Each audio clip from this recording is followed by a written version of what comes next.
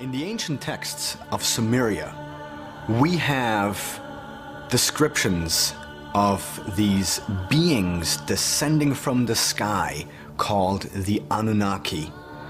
The term Anunnaki means those who from the heavens came. This is entirely wrong. The word Anunnaki means princely seed or princely blood. The idea is that the Anunnaki were direct creations of Anu, who was regarded as the father and king of the gods. As we will see, this is the main idea associated with the Anunnaki in the minds of the Sumerians. That is, that the Anunnaki were directly created by Anu, and so it makes sense that even their name reflects this idea. That is, that they were the offspring of the prince. The term itself means of royal seed or princely seed, because the Anunnaki were considered the offspring of Anu or An, the great god of heaven. And also we have, again, Anunnaki. They were also the offspring of An and his consort Ki, the heaven and earth. This divine coupling, the way the Mesopotamians conceived their pantheon. So if the term Anunnaki means princely seed or offspring of the prince, how is it that Ancient Aliens says that the word Anunnaki means those who from heaven to earth came? The short answer is that everything that Ancient Aliens says here about the Anunnaki comes from a man named Zecharia Sitchin. Sitchin wrote many books claiming that the Anunnaki were really aliens. Unfortunately, at the time that he wrote this, in the 70s, there weren't many ways for ordinary people to see if what he was saying was true or not. To put it simply, Sitchin's translation of the word Anunnaki is wrong. Now, you'll often read, especially in the writings of Zecharia Sitchin, that the Anunnaki means something like, they who from heaven came, or again, some other sort of description that makes them sound like aliens or extraterrestrials.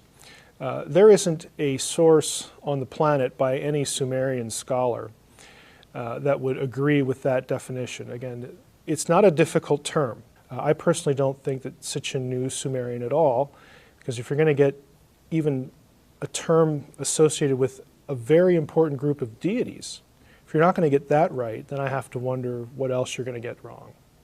Sitchin claimed to be an expert on Sumerian writings, yet we can now see that he didn't seem to even understand the basic grammar and vocabulary rules of the Sumerian language.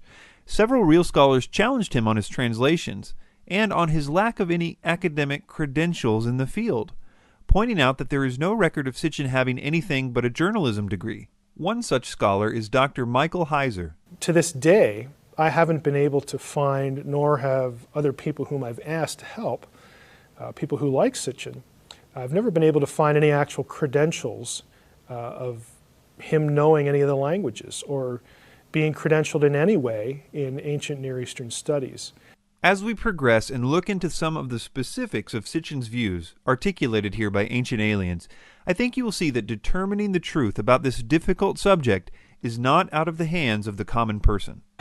It says, word for word, that these beings descended in flying vehicles from the sky. This is a preposterous statement. I challenge anyone to produce this word-for-word text. You can do a search online and literally see all the references to the word Anunnaki in the Sumerian texts. The only time it refers to anything even close to this is when it talks about the Anunnaki being direct creations of Anu in heaven. A few examples of this would be the Anunna, the gods whom An conceived in the sky, or the Anunna whom An in the sky conceived. These texts emphasize the point that the main Sumerian concept regarding the Anunnaki was that they were directly created by An. That's what's being said here. The idea that the texts say that they descended out of flying vehicles is pure fiction, and that's the nicest way that I can think of to say that. What Ancient Aliens does here is they show pictures of the winged solar disk as they talk about the Anunnaki, and I guess they expect the audience to think that these texts speak of these disks like spacecraft in the Sumerian stories, when in fact the solar disks seen in the iconography are not associated with the Anunnaki at all, but rather with the sun and or the sun god. This is probably why Tsoukalos says the following. And they were always described or depicted in floating above some quote-unquote regular people. Since the Anunnaki are never depicted floating above people's heads, we can see that they want people to believe that the solar disk icon equals the Anunnaki spacecraft. This is wrong for several reasons. Number one, the solar disks in the Sumerian culture really did represent the sun, or the sun god. The sun traveling across the sky every day was seen to have been facilitated by wings on the sun. You need to know that there is nothing in these descriptions of the sun in the Sumerian texts that would suggest that they were really talking about a UFO. As boring as it may be, they were really talking about the sun. One way to demonstrate this is found in the Epic of Gilgamesh. Gilgamesh worships Shamash, the sun god, in order to get favor for part of his journey. And he does this by facing east in the morning, that is, in the direction of the rising sun. The idea that Ancient Aliens proposes here, that the Anunnaki actually came out of the solar disks, or that they were pictured riding in them, is just a lie. There's no way around it. We can find not only descriptions of the Anunnaki, but also depictions.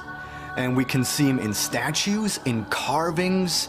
So it's all very interesting to see that those beings looked like modern-day space travelers with weird suits. Some of them wore wristwatches, they had boots on, and helmets, and above all, wings. All throughout the Ancient Alien series, they show these pictures of Akkadian winged genies and refer to them as Anunnaki. But funnily enough, winged genies aren't Anunnaki. In fact, these reliefs aren't even Sumerian, they're Akkadian. But hey, while we're here, we might as well explain what's going on in these images, even though they have absolutely nothing to do with the Anunnaki. The belief was that certain aspects of nature were controlled by these winged genies. Most notably, they were responsible for the fertilization of the crops. They were often depicted with a bucket of pollen or water in one hand, and a group of male flowers or a pine cone in the other hand. They often are depicted as fertilizing a date tree, which was a symbol of fruitfulness. Sometimes they would be depicted as being pointed at the king, which, because of the accompanying inscriptions, we know means that the king was seen to be a type of intermediary between the gods and responsible for the fruitfulness of the land and the people. One way to demonstrate this is by explaining what Ancient Aliens calls a wristwatch. First, you should take note that if this is a watch, then these genies were serious about timekeeping, because they wore one of these on both wrists and often on a headband as well. This watch is actually an Akkadian symbol for Ishtar, the goddess of fertility. You can see the same rosette on the famous Ishtar Gate in Babylon. The fertility of the land was associated with, as you might expect, the goddess of fertility, and these beings are depicted as acting on behalf of Ishtar as they fertilize this date tree. This also probably explains the wings, considering that the natural and visible way that a flower is pollinated is through bees and birds. Therefore, it's not so hard to see that they were depicting their spiritual agents of pollination with wings as well.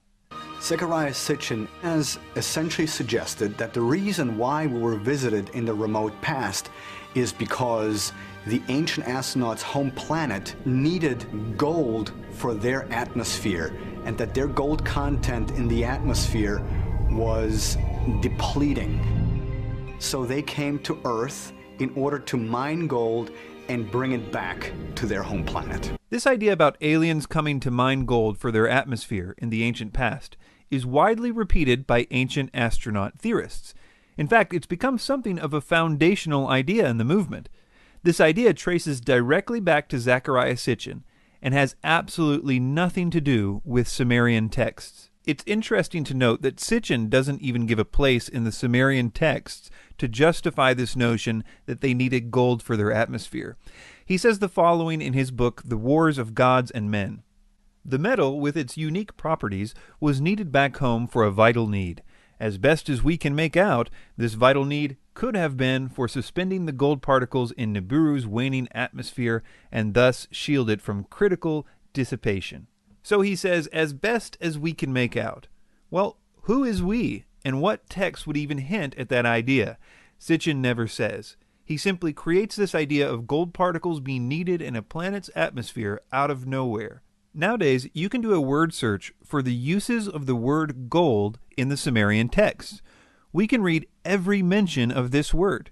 Not only are the mentions of the word gold relatively few in the Sumerian texts, there is nothing to indicate anything but the most ordinary uses for gold. In fact, it's a surprisingly boring study. Thanks to the meticulous cataloging of the Sumerian texts over the last few decades and the advent of the internet, we no longer have to take people like Sitchin's word for it. There are some databases online that allow you to search through Sumerian texts. And I have a video on my website, www.sitchiniswrong.com. If you go there and you click on the Anunnaki tab, I will show you how to search through something called the Electronic Text Corpus of Sumerian Literature. I'll show you how you can search for all the occurrences of the word Anunnaki and then click through to English translations of all those occurrences. You can find this material, and I would encourage you to do so because you can check up on Zecharia Sitchin, you can check up on me.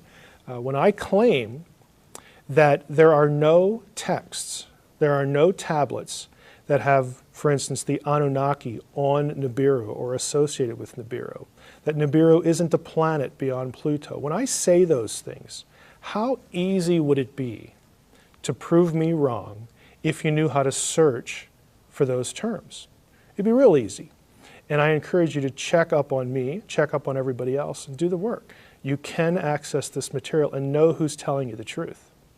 We can finally see for ourselves why the Sumerian scholars have been so critical of Sitchin, not because they're too close-minded or anything like that, but rather because Sitchin really doesn't seem to know what he's talking about. Let me give you an example of how Sitchin comes up with his, quote, amazing translations. Let's take this idea that the Sumerian texts speak of mining gold. Now, since the Sumerian texts do not speak of mining gold in any way, Sitchin has to construct this idea out of thin air. This is how he did it. I'll read from his first book, The 12th Planet. Quote, some Mesopotamian hymns to Ea exalt him as Bel-Nimeki, translated Lord of Wisdom. But the correct translation should undoubtedly be Lord of Mining. In classic Sitchin style, he never gives any reason that the, quote, correct translation should undoubtedly be Lord of Mining. He just says it should be and leaves it at that. Again, we have Sumerian dictionaries written by the Sumerian scribes themselves, and the Sumerians don't agree with Sitchin here. So why should we? I think one way to demonstrate how bad of a translation this is to read a little about Ea or Enki's wisdom in context, and let you see if it makes sense to you as meaning wisdom, or if it really means mining. This is an example from a Sumerian text called Enuma Elish. It says, he who understands all, the wise one, the great one, Ea who knows all that is, perceived the plot, he countered it with a powerful spell. Not only does it describe his wisdom further here by saying, quote, he who understands all, but it also says that because of this wisdom, he was able to perceive the plot before it happened and counter it. None of what we just read makes sense if wisdom really means mining. Here's another one from the same epic.